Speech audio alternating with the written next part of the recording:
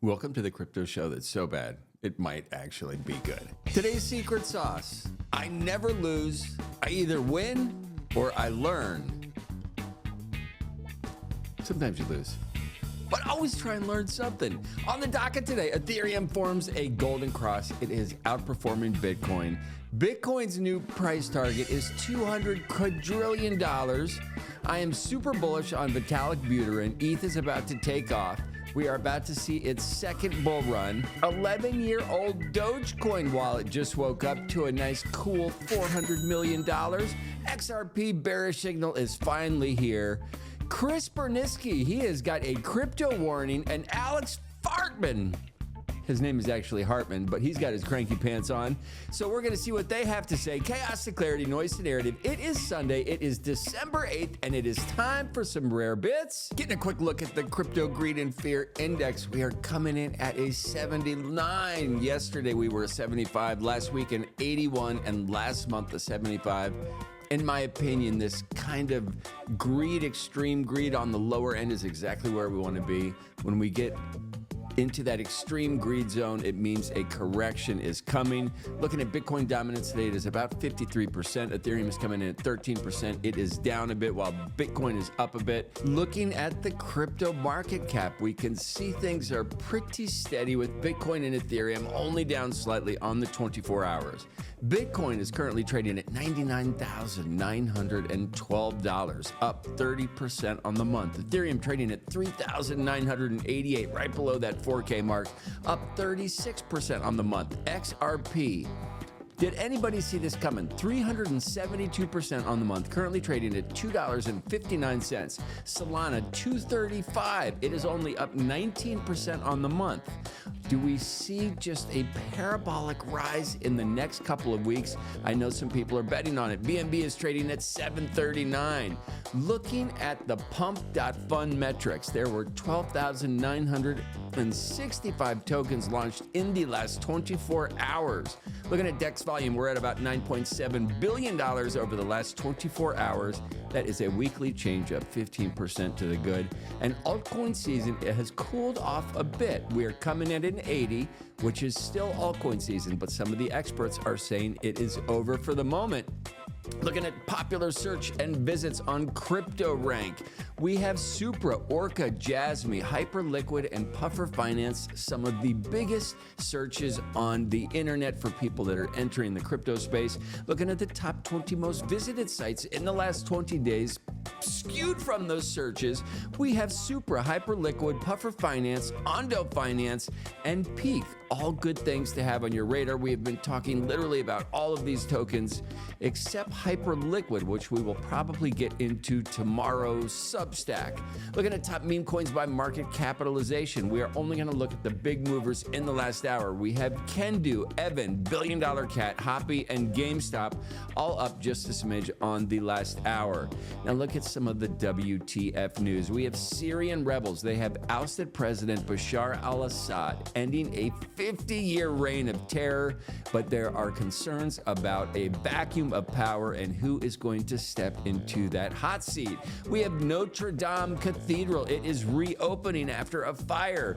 UFC 310, we had Alexandre Pantoja defend his flyweight title. A bunch of people now will be vying for his belt. Pearl Harbor attack happened 83 years ago today.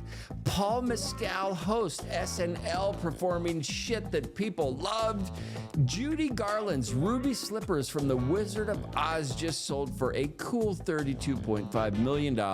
And The Invincible Season 3 is set to premiere with all kinds of new things in action. We have El Salvador's Bitcoin. It is now worth about $600 million, and this is rising as the price of Bitcoin goes up. Back in 2021, they thought Nayib Bukele was absolutely crazy. He decided to put it into law, not only make it a currency, but he pledged his country to buy one Bitcoin every day. They currently hold about 5,995 Bitcoin. They are now the 6th largest holder in the world. Young nation states should follow El Salvador's footprints. And just a quick note, while we're still on Bitcoin, Bit Mining, a company that has predominantly been mining Bitcoin, they have recently switched over to mining Dogecoin because it is 3 times more profitable. They just made a cool $100 million. And Bitcoin's bullish trajectory is continuing. As I said at the top of the show, we are looking at a new $200,000 price target. Yesterday in the Substack, we talked about the Bitcoin Omega candle. Is this something that you can plan for? I am super bullish on Vitalik Buterin, and he stresses the absolute emphasis on decentralization for his project moving forward, but it is a tightrope walk when you are trying to balance decentralization and functionality. I am absolutely convinced that the Ethereum second bull run is about to start. I think we are looking at price targets from about $6,000 to $10,000 by the end of 2025. A sleepy dog just woke up as an ancient Dogecoin address holding nearly $400 million was activated after 11 years of inactivity, potentially indicating long-term holders taking profits, or did they just realize they found their seed phrase? Dogecoin remains the 7th largest cryptocurrency by market cap.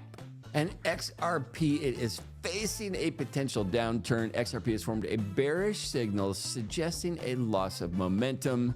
Investors should prepare for volatility in this space, and any crypto brings with it volatility that is actually the lifeblood of what keeps it going. But XRP is in a danger zone, in my opinion. Pepe and Uniswap will continue to duke it out as they are moving. They're battling for position 20 and 21. This morning, Uniswap was flipped by Pepe. It has since come back to Uniswap riding the top of that list. If you think about it, Pepe is moving up into the utility token zone. It is no longer just this meme coin. It is gaining traction into Uniswap, Bitcoin Cash, Sui, Hedera, Stellar. Like, what is next? This is amazing. We have Chris Burniske. He thinks that post-election we are going to see a bit of a shakedown. According to Chris Burniske, he says it is coming once Trump actually gets into the White House. He does not think the bull market is over, but he is readjusting his price predictions for where Bitcoin will go to the downside. Felix Hartmann says considering altcoin season is tapped out. He says that most alts have funding rates north of 100% annualized. Last moves purely perp driven, spot volumes declining. He says the leg down will be ugly. I like to put all of this in everybody's purview so you can know that some people are super bullish and some people are a bit hesitant about our road forward. If you guys are still craving crypto clarity, please subscribe to my Substack. Warning, rare bits may cause hodling.